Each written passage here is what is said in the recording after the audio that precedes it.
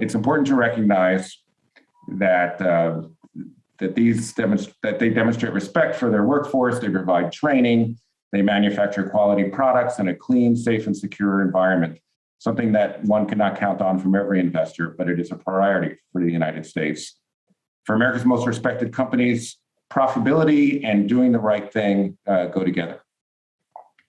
And this means adhering to the law, operating in an ethical manner, practicing transparency, and having accountability to customers, shareholders, and society.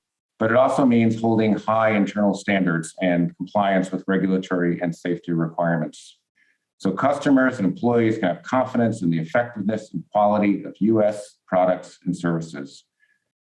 Individual American companies, much like the American brand, are defined not just by their products and services, but by their strong business values and culture. And we look forward to seeing recognized for the contributions that they do make. In Washington, the Department of State recognizes efforts like this with the Award for Corporate Excellence, and jointly with USAID and the International Development Finance Corporation, the Millennium Challenge Corporation, the U.S. Department of Commerce, winners are selected based on nominations submitted by our chief submission from around the world.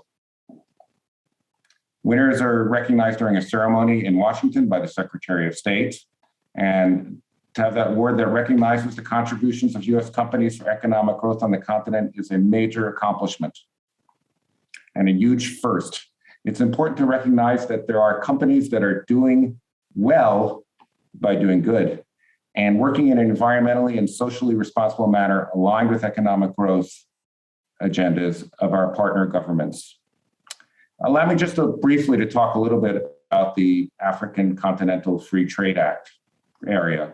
The AfCFTA is creating a single continental market for 55 AU member states, and that's 1.3 billion people, with free movement of people and capital across economies with a combined GDP valued at $3.4 trillion.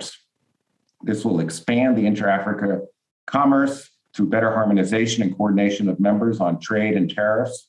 It will remove tariffs on 90% of goods for inter-African trade. And as of last month, 38 of the 55 AU members have ratified the AfCFTA. Think about that.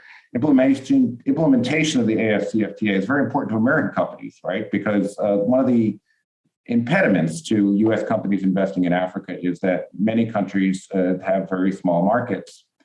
And opening this up and creating one huge continental market will really increase the incentives for US companies to come into Africa. I know this. I served in Congo, Brazzaville for several years, and it was hard to get US companies interested with such a small market. But if they knew they could base there and move goods around, the incentive to invest would be enormous. We're optimistic that more US companies will begin to see the benefits of doing business in Africa. We're also encouraged by recent trends around the removal of trade barriers and the ratification of the WTO's Trade Facilitation Agreement, which cuts trade costs, increases revenue, and creates transparency.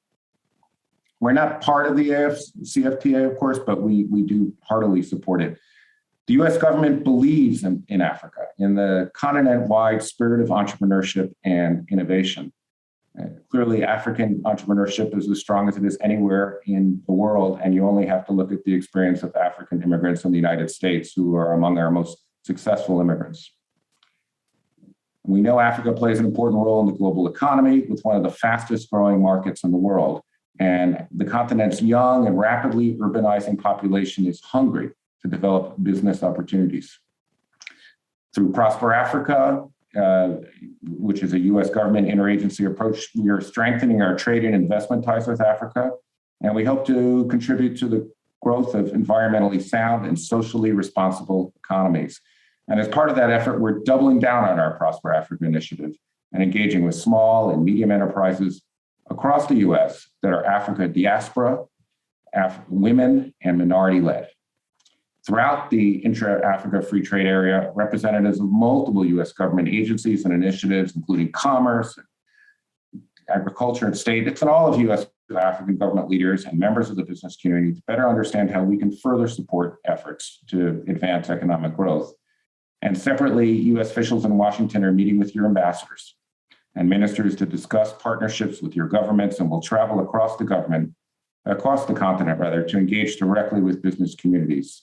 In the coming year, we hope to explore new agreements with new partners and to strengthen engagement between our private sectors. And while we are making sure historically underserved communities are aware of both the opportunities for trade with Africa and the U.S. government's resources that are available to support them.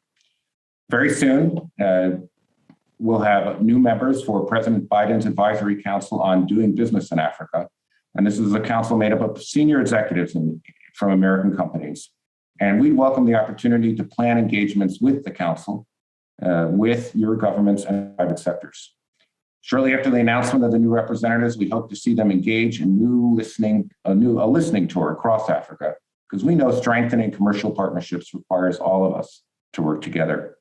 Before I conclude, I'd like to recognize the role of the Africa Exim Bank in bringing all of us together this week to further inter-African trade. Again, through the dismantling of trade barriers that disrupt the smooth flow of goods and services, we're going to be able to bring many more American companies into Africa to take advantage of the larger markets that the agreement will create.